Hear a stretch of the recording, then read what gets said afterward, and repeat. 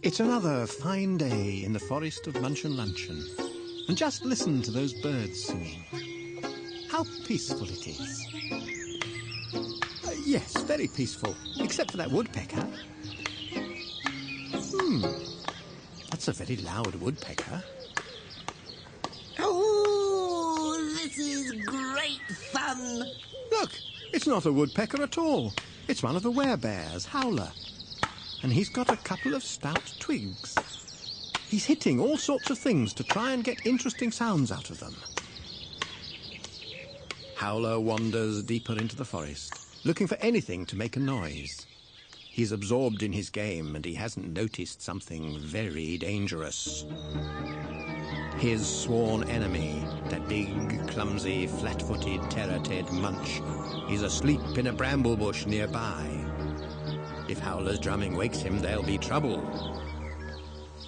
Oh, this picket fence should make a fine noise. And here's an old tin can or something in this bush. I'll give it a good whack. Oh dear, I don't think that's such a good idea. Oh, that's great. I think I'll do it again.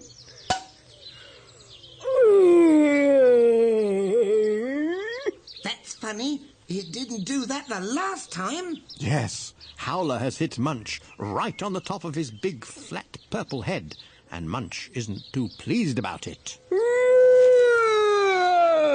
Oh, my goodness. I've got to get out of here. Yes, such a thing, that is a good idea. I'm gonna get you. So poor, frightened Howler runs through the forest with that great, hulking terror-ted chasing him. But Howler's only got little legs, and although Munch is clumsy, he can run surprisingly fast. Just listen to his great flat feet pounding on the floor. Oh, leave me alone.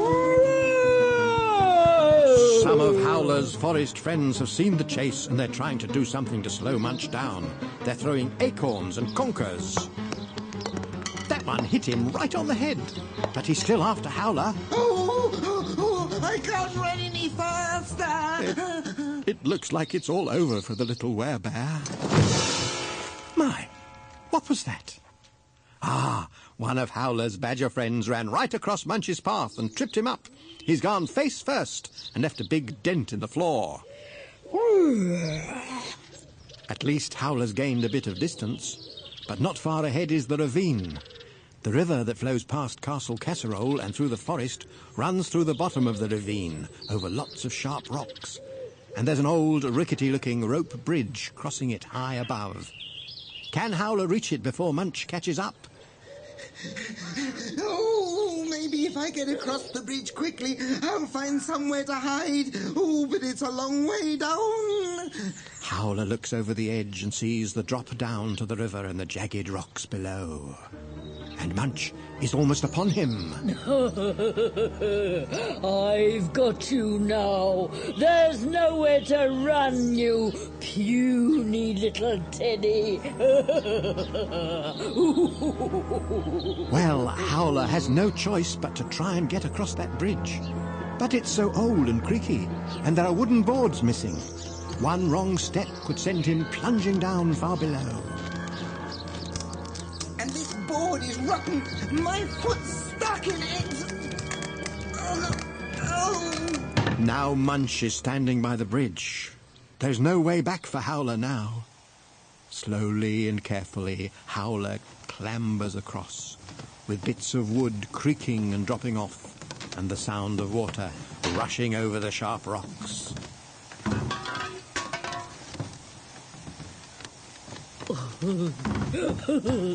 I do hope he falls off. That would be funny. He's not a very nice person, is he? And one thing I must tell you about Munch, the terror-ted, is that he isn't very clever either.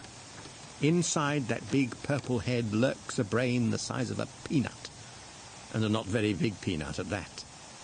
Let's hope he doesn't think of shaking the bridge and knocking Howler off balance. Hey, I just had a great idea. Uh-oh. This sounds like trouble. If I shake the ropes, that stupid bear will fall off. Yes, I'll try that. So now Munch is shaking the old bridge violently, and it's really falling to bits now. And poor Howler is halfway across and hanging on for dear life.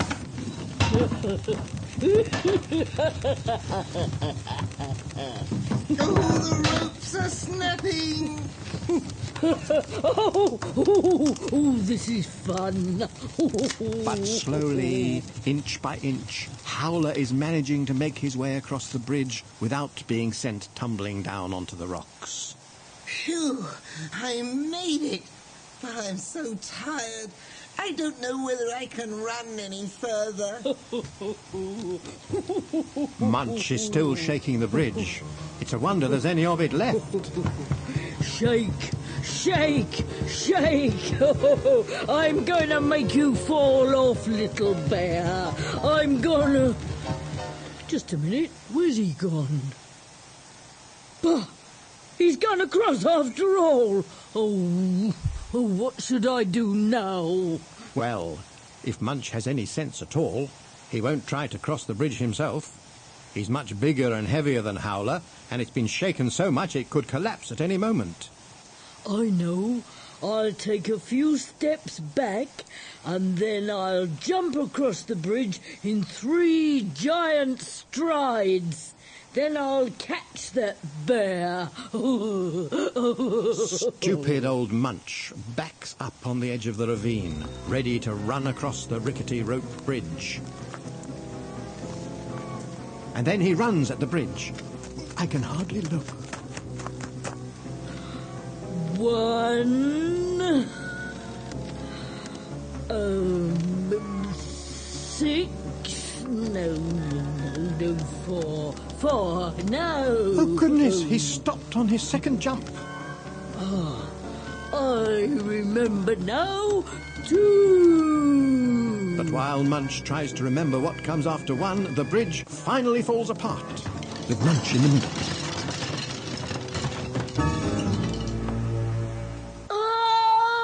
Oh, gosh, he's going to fall off! But Munch doesn't fall off. As the bridge breaks up, he grabs at a rope and holds on tight. And when the remains swing towards the wall of the ravine, guess what happens? He hits the rock wall square with the top of his flat head. My, his head sounded like the biggest drum in the world. Now he's trying to get a grip with his fingernails. But he can't hold on. Ooh, what a horrid noise. And he's going to hit that big rock. Whoa! He looks like he's knocked out. But how am I going to get back across the river? Howler makes his way down his side of the ravine and stands at the edge of the river, where he sees that just a little way downstream, the water is shallow with stepping stones. He crosses over and looks at the unconscious body of Munch. Oh, he's fast asleep, all right. And once he's sure that Munch is totally knocked out, Howler picks up a twig and starts to use Munch's head as a drum again. Poor old Munch. He's going to have a terrible headache when he wakes up.